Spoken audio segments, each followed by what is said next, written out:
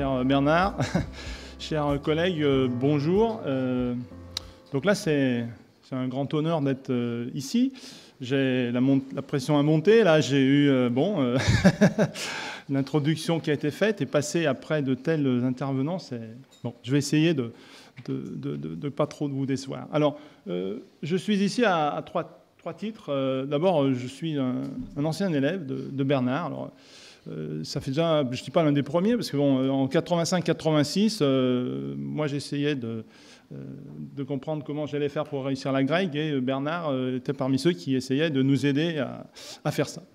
Donc, première source de fierté pour moi et d'émotion. Je suis également chercheur du développement durable. Alors, c'est quoi cette espèce? C'est le corps des chercheurs du ministère de la transition écologique et solidaire. C'est une espèce qui a été créée il y a quelques années, en 2013, lorsque l'IFSTAR, dans lequel je travaille, a été créé. Alors l'IFSTAR, c'est l'Institut français des sciences et technologies du transport, de l'aménagement et des réseaux. C'est donc tout ce qui a trait au transport. Et cette spécificité est intéressante parce que quand j'ai intégré l'IFSTAR en 2007, j'ai découvert quelque chose. J'ai eu l'occasion d'arriver à un séminaire de travail, une journée de travail sur, par exemple, le véhicule électrique. Et là, moi, j'arrivais avec mon bagage de génial électricien, et puis il y avait des psychologues, des chercheurs en sécurité routière, des urbanistes, et on s'est tous mis à parler de véhicules électriques. Et là, c'est la première fois de ma vie que ça m'arrivait, et de découvrir l'existence de ces personnes, et de voir même qu'on pouvait éventuellement faire des choses avec. Donc c'est un petit peu de ça dont je vais vous parler, dont je vais essayer de vous parler. Alors un certain nombre de choses ont été dites mieux que je ne vais le faire précédemment, j'irai un peu plus vite. Certaines choses peut-être sont bien connues de certains d'entre vous, et puis d'autres peut-être moins, et je vais essayer de vous donner quelques idées. Alors, voilà. Alors bon, ça a déjà été un petit peu dit. Soutenabilité, développement durable. Ce que je voudrais juste, ce qui a déjà été aussi très très bien introduit, c'est les trois mots-clés: économie, écologie et social. Alors, déjà, si on se dit, OK, on veut travailler sur le développement durable, la soutenabilité, en économie, écologie, social, même si nous, on est plus concernés par l'écologie, même l'écologie, il y a de l'énergie, mais il y a toutes les pollutions, il y a, ce qui a été dit aussi, toute l'analyse de cycle de vie. Donc on se rend bien compte que déjà, ça ne va pas être du disciplinaire, cette histoire. Il y a besoin de faire autre chose. Alors la question qu'on peut éventuellement se dire, c'est OK, est-ce que c'est pluridisciplinaire? Est-ce que c'est simplement... Voilà, il y a plusieurs chercheurs qui vont y travailler dessus. Ou est-ce que c'est réellement interdisciplinaire? C'est-à-dire qu'il va falloir travailler avec les autres. On va essayer de vous fournir quelques éléments. Alors, très rapidement, parce que c'était pas... Après, ce qui a été dit également, c'est montré... Mais ce graphique issu d'une donnée de l'ADEME montre que l'efficacité énergétique, ça marche. Ça sert à quelque chose. Il faut déjà se rassurer, puisque quand on regarde... Alors, c'est des chiffres qui sont différents de ceux qui ont été amenés avant, mais on voit que depuis la consommation par logement, effectivement... depuis les années 75 jusqu'à maintenant, il y a une nette diminution de la consommation par logement, même si les logements ont augmenté, en fait, parce qu'on passe de 25 mètres carrés par personne à 38 mètres carrés par personne en 2006. Donc, malgré ça, la quantité d'énergie a pu baisser. Par contre, là où ça coince un peu, c'est qu'on voit qu'il y a quand même des usages qui augmentent.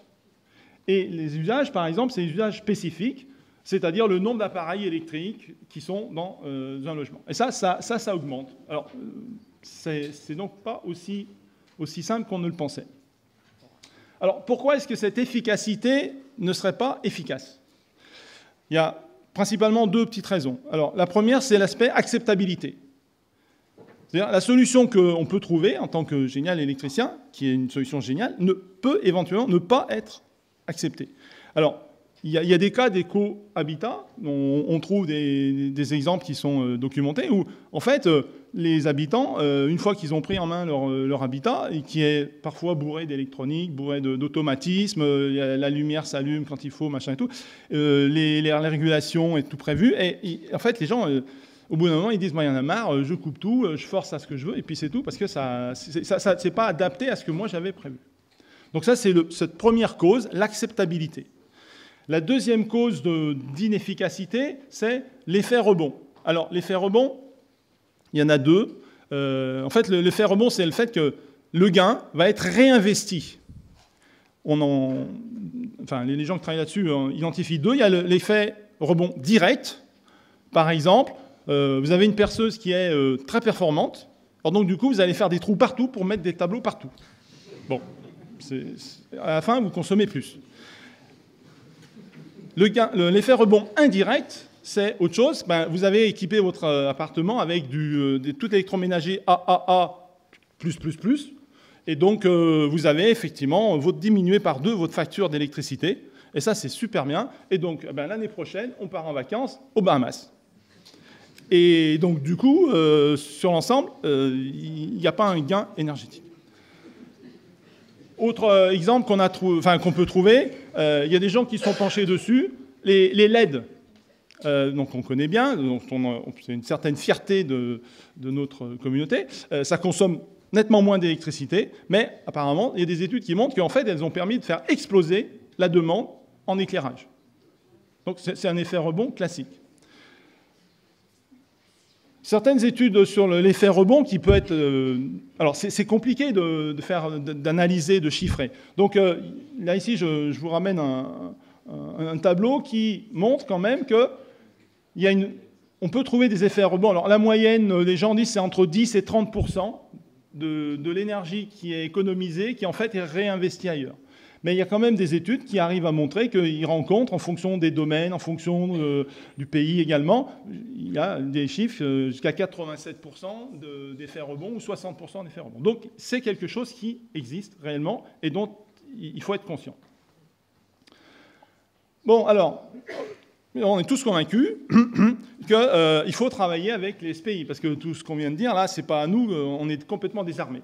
Alors, comment est-ce qu'on va faire pour travailler avec ces gens? Eh bien, la première approche qui pourrait être séquentielle, c'est celle qui, assez souvent, on essaie de mettre en place. C'est-à-dire, nous, SPI, on trouve une bonne solution. Et puis, une fois qu'on a la solution, on va voir les gens des SHS en disant, voilà, est-ce que ça serait bien d'étudier l'acceptabilité de ma bonne solution? Et puis même, à la rigueur, si les gens n'ont pas bien compris l'intérêt de ma solution, c'est d'essayer de voir comment on pourrait leur faire changer le comportement pour qu'enfin, ils utilisent ma bonne... Bon, ça ne marche pas. D'une part, parce que c'est quand même une perte de temps et d'argent, parce qu'éventuellement, on va trouver à la fin que la solution, elle n'était pas opérationnelle, il faut recommencer. C'est donc une perte de temps. C'est aussi une perte de temps générale, parce que les collègues de SHS, en général, ils nous envoient balader, parce qu'ils disent non, je suis pas non, c'est qu'il soit cette histoire, je suis pas le service marketing ou l'étude. Non, donc merci, c'est bon. Il faut être, à mon avis, essayer de trouver une approche que j'ai appelée intégrée, c'est-à-dire que le point de départ, on part de la question, même on essaye de déterminer quelles sont les questions, ensemble, SPI et SHS, et ensemble, on essaye d'imaginer des solutions. Et ça change complètement l'approche.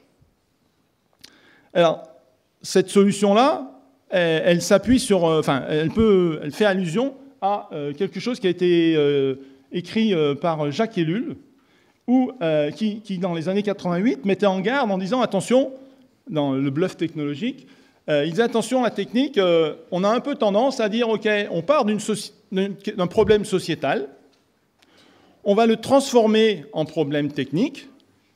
Là, en tant que technicien, on va trouver une solution technique. Mais on oublie que le point de départ, ce n'était pas un problème technique, c'était un problème sociétal. Et c'est ça, je pense, cette vision en 88, à mon avis, était assez pertinente et je pense qu'il faut s'en inspirer. Alors, un exemple réel pris récemment, moi j'ai été un peu stupéfait de voir un jour, de lire dans un article sur les véhicules autonomes, donc vous avez certainement pu tous entendre parler du véhicule autonome, de tout ce qu'il va nous apporter. Bon.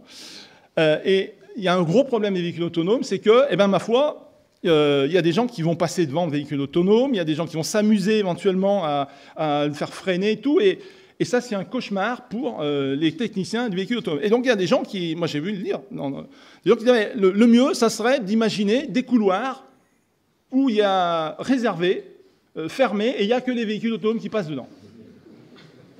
C'est vrai que techniquement, c'est une solution, mais moi, là, le problème, c'est pas un problème sociétal. On répond à quel est le problème sociétal auquel on répond en faisant traverser nos villes par des tubes ou des voies de garage. Enfin, surtout ça a déjà été fait. Hein, c'était les autoponts dans pas mal de villes où on disait on va mettre les voitures au-dessus. Tout. Bon, maintenant, tout le monde a détruit nos autoponts parce qu'on s'est tous aperçu que c'était quand même pas idéal. Donc voilà l'exemple de choses qui, à mon avis, auxquelles on peut arriver si on ne part pas depuis le début. C'est-à-dire, c'est quoi la question de notre société, et on rejoint un petit peu ce qui a été dit, c'est-à-dire en prenant en compte les aspects énergétiques, sociaux et tout. Alors, maintenant, je vais vous donner 2 petits exemples de travaux qui ont été faits, dans lesquels on a pu participer, où les approches étaient effectivement, on a eu la chance et la possibilité de faire des approches qui étaient vraiment interdisciplinaires, c'est-à-dire où on ne pouvait pas faire, moi je fais mon boulot, et puis le SHS fera le sien, et puis on mettra dans le rapport à la fin, et ça sera bien. C'est vraiment... L'un, on ne peut pas avancer sans l'autre. Donc, le premier projet était un projet européen qui s'appelait Everest. Il portait sur l'optimisation d'un véhicule électrique à prolongateur d'autonomie. Quand vous vous intéressez à un prolongateur d'autonomie sur un véhicule électrique, la question c'est quelle est l'autonomie que je prévois et quelle est la puissance du prolongateur d'autonomie. Parce que si je prends un truc trop petit, ça va éventuellement pas satisfaire la demande. En autonomie, ça n'y aura pas suffisant. Ou si je mets un moteur thermique trop petit pour le prolongateur d'autonomie, ça va pas être satisfaisant. Où est-ce que je mets la barre? Donc là, eh bien, typiquement, vous partez des données de mobilité. Et ça, les données de mobilité, c'est les gens de SHS qui les ont, qui savent les étudier. À partir de ça, vous dimensionnez un moteur, un système, et ça, c'est les gens du SPI qui savent le faire. Et après, ce moteur, ce véhicule que vous avez identifié, vous le réinjectez dans des scénarios de mobilité. Et là aussi, c'est les gens de SHS qui savent faire tourner des modèles. Et donc, les work packages de ce dispositif, eh bien, je vais essayer de pas... bon. Eh bien, on voyait, il y avait au milieu le work package 2 qui était l'optimisation de la technologie, était alimenté par le Work Package 1 qui était les données, et puis il intervenait avec le Work Package 3 qui était les scénarios d'électromobilité, où tout le monde a dû, pendant un certain temps, travailler ensemble en échange, en aller-retour, pour identifier ce qu'il fallait qu'on fasse. Un deuxième exemple est un petit projet dont les gens du GDR-CID ont dû déjà entendre parler, s'ils ont un bon souvenir. Ce n'est pas moi qui leur en ai parlé ce jour-là, mais c'était une conduite économe d'un véhicule électrique. Eh bien, la question, c'était comment présenter les consignes d'éco-conduite à des conducteurs pour qu'ils les appliquent de façon la plus naturelle ou la mieux. Et alors, vous pouvez on part des règles d'éco-conduite. Sur ça, c'est les gens de SPI qui savent faire ça. On fait tourner des modèles, modèles énergétiques de véhicules pour une mission donnée, et on sait, voilà, il faudrait faire ceci, cela. Mais après, il faut le traduire en des consignes données à des humains. Donc, comment on leur dit? Et puis, une fois que vous avez fait... Alors ça, c'est bien entendu les gens de SHS avec qui il va falloir dialoguer pour passer des règles d'éco-conduite à des consignes. Et puis après, il va falloir évaluer. Donc, il va falloir remesurer pendant l'usage quelles sont effectivement les consommations avant, après, et voir quels sont les effets, qu'est-ce qui a été bien pris dans les consignes ou mal pris. Donc ça a été fait. Et puis j'imagine un dernier exemple d'une approche intégrée qui, à mon avis, devrait se faire, et je ne suis pas sûr qu'elle se fasse dans certaines demandes de projets que j'ai vu commencer à passer, c'est la grande question de la recharge intelligente et des véhicules électriques, le V2G. Donc là aussi, on nous promet qu'effectivement, les véhicules électriques qui sont une capacité, une autre batterie qui stocke en permanence. Ils sont la plupart du temps d'ailleurs en stationnement, les véhicules électriques. Donc, eh bien, ma foi, ils sont disponibles pour être connectés à un réseau. Ils vont pouvoir se charger au bon moment et puis éventuellement soulager le réseau quand celui-ci a des pics de puissance. Et c'est la solution pour lisser les énergies intermittentes. Enfin, tout ça, ça va être vraiment intéressant. Il y a un seul petit problème, c'est qu'il va falloir être sûr que l'usager va accepter que son véhicule électrique ne soit pas au maximum d'autonomie tout le temps.